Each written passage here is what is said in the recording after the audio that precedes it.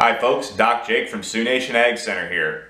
You know, my grandpa always taught me a little adage. April showers bring calf scours. And what do calf scours bring? Well, the necessity that we treat our scouring calves so we can return them to health. So, what I want to talk about today then is what do we do to try to address scours in our calves so we can bring them back to health as quickly as possible. 3 key points that we're going to talk about. I don't have a chalkboard, so this will have to do. Hydration. We want to make sure those calves are adequately hydrated. Second thing, acidosis. These calves, when they scour, they become acidotic, and that's what makes them weak. We want to correct that acidosis. And then lastly, nutrition. Because these calves can't get over scours without good nutrition. So how are we going to remember all this? Well, it's simple. H-A-N. Han. You know, like Han Solo. Yeah. Han Solo. Defending the ranch from the dark forces of calf scours. That sounds pretty cool. So to start our discussion, we'll start with the most important topic, hydration. So you have to think about the fact that if a calf is scouring, it has a bunch of water coming out the back end that's necessary for that calf to survive, to live, to function. So when we think about how do we help a calf that's dealing with scours, we have to replace not just all the water that the calf has lost through scours, but also add the water into the calf that it needs in order to complete those bodily functions that it would always be doing. When you have a calf that's scouring and you think, how much more water do I need to administer to the calf? Then at that point you have to look at how much is that calf scouring. If he's doing a lot of scouring, you might have to be adding liters of water in oral fluids, not just an extra little bit more of water at this time or that time. And really, when people think about it, they think, well, the calf needs electrolytes too. And yes, that's true. But mixing the electrolytes in with a milk, if you're just bottle feeding the calf, that doesn't replace the water the calf needs. So those electrolytes have to go in water that you put in the calf in addition to any milk that calf would get.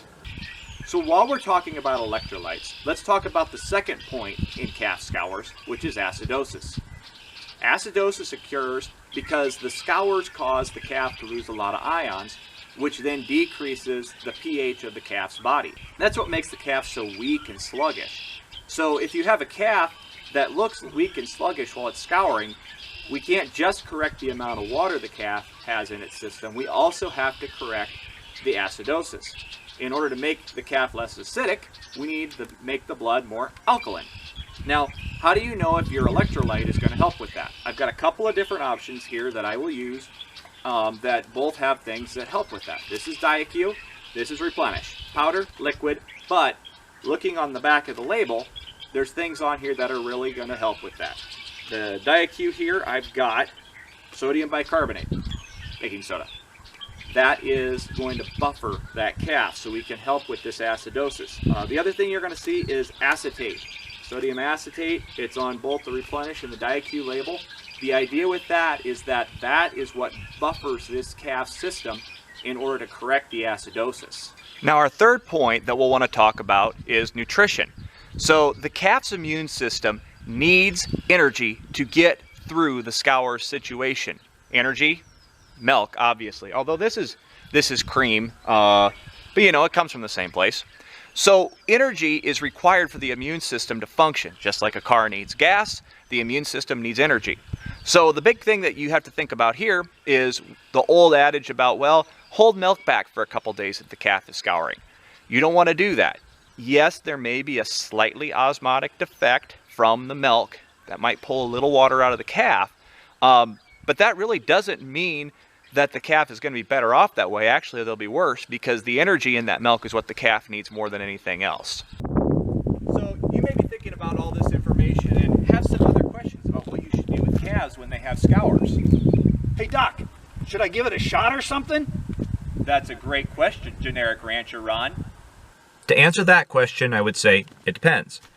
Half the time antibiotics help, the other half the time they actually make it so the calf doesn't recover as quickly. What I would say the best thing is talk to one of our Sioux Nation vets. Let's help you with this situation. But let me give you some rules of thumb. Check the calf's navel and check the calf's temperature. If the navel is swollen and firm, or if the temperature is over 104 degrees, then I would say we need to treat that calf with an antibiotic because we have a concurrent infection running with the scours. If that is not the case, then let's look at a treatment that doesn't involve an antibiotic. Now, there's a product out there that I have used in some cow herds that we've given to the cows to help prevent scours.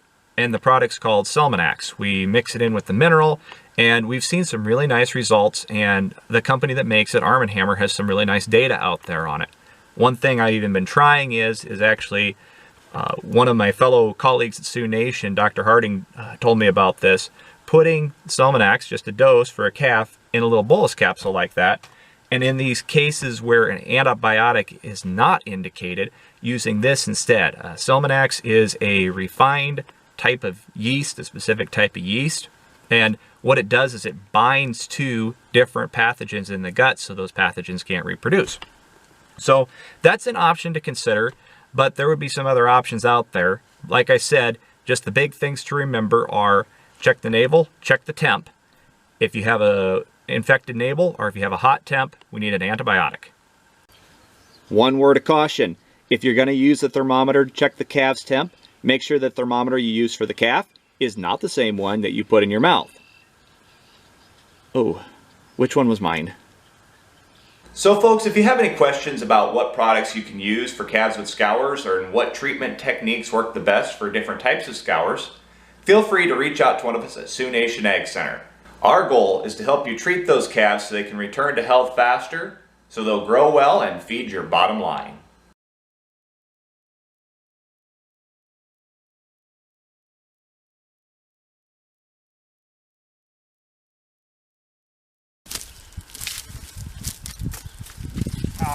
Yep. Just getting the set ready. To answer that question, antibiotics and stuff.